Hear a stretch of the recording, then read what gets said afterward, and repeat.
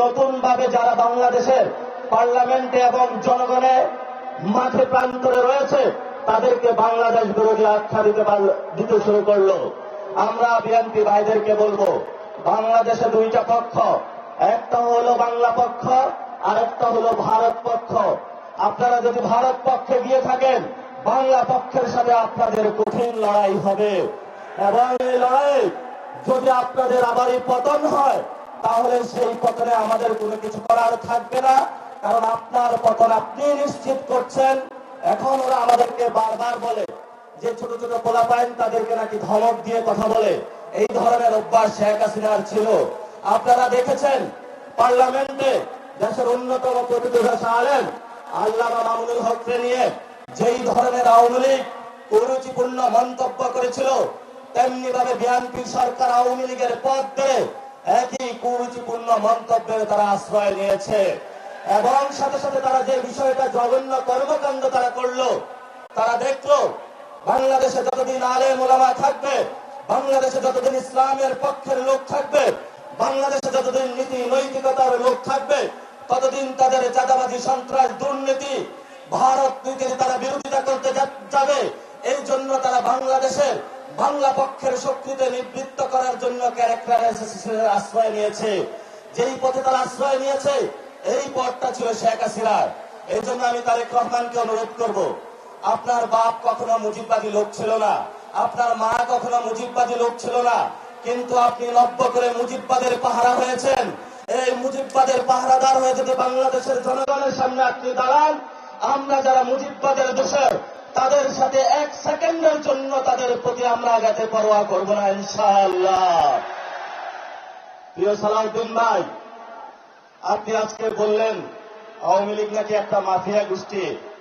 আপনার ঘরে যে আসালামের মতন একটা মাফিয়া গোষ্ঠী লুকিয়ে রেখে আওয়ামী লীগকে মাফিয়া গোষ্ঠী বলেন, আপনার ঘরে আসালামকে লুকিয়ে রেখে আপনি বেনজিরকে দৌড়তে যান, এই ধরনের ভণ্ডামি জাতির সামনে প্রকাশিত হয়ে পড়েছে এবং আপনি সংবিধানের আশ্রয় নিয়ে বাংলাদেশের জনগণকে বোকা বানানোর যে প্রচেষ্টা নিয়েছিলেন সেটা আমরা হাতে কলমে দেখিয়েছি যে আপনি আবু জাহেলের মতো সংবিধানের আশ্রয় নিয়ে বাংলাদেশের মুক্তিকামী জনতার যে ঐতিহাসিক লড়াই, সে লড়াইকে আপনি অস্বীকার করেছেন।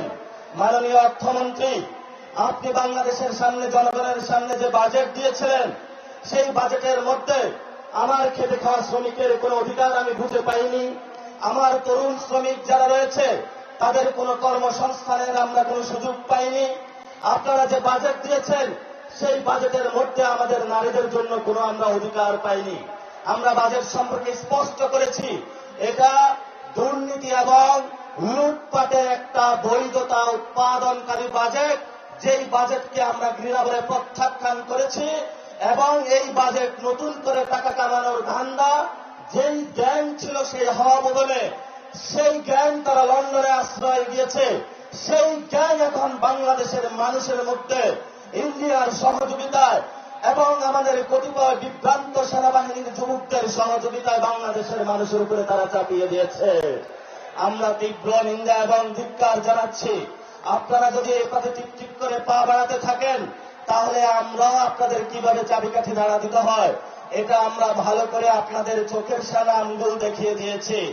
এই যে তারেক রহমানের একটা বন্ধু আছে মীর শাহ আলম নাকি যেন কি নাম, সে আমাদেরকে সংসদে দাঁড়িয়ে বলেছিল, কোথায় ছিলা তোমরা? আমি বাবু তোমাকে প্রশ্ন করতে চাচ্ছি যে বাবু তুমি গত 17 বছর কোথায় ছিলা? তুমি শিবগুজ মডেলকে গোপালগঞ্জ মডেলকে ট্রান্সফার করেছ। এই ধরনের উচ্ছৃঙ্খল যুবক যারা হওয়া ভবনের বর্তমান সরকারে অংশগ্রহণ করেছে, এই উচ্ছৃঙ্খল যুবকদের থেকে বাংলাদেশ রক্ষা করতে হবে।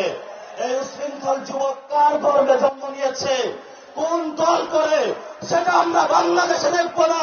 উচ্ছৃঙ্খল যুবকদেরকে আমরা শৃঙ্খলা আনবো, এটাই আমাদের আজাদীর লড়াই।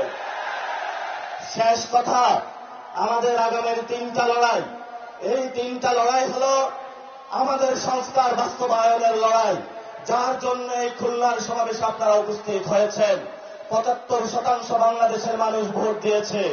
আমাদের দ্বিতীয় লড়াই বাংলাদেশের সার্বভৌমত্বের লড়াই।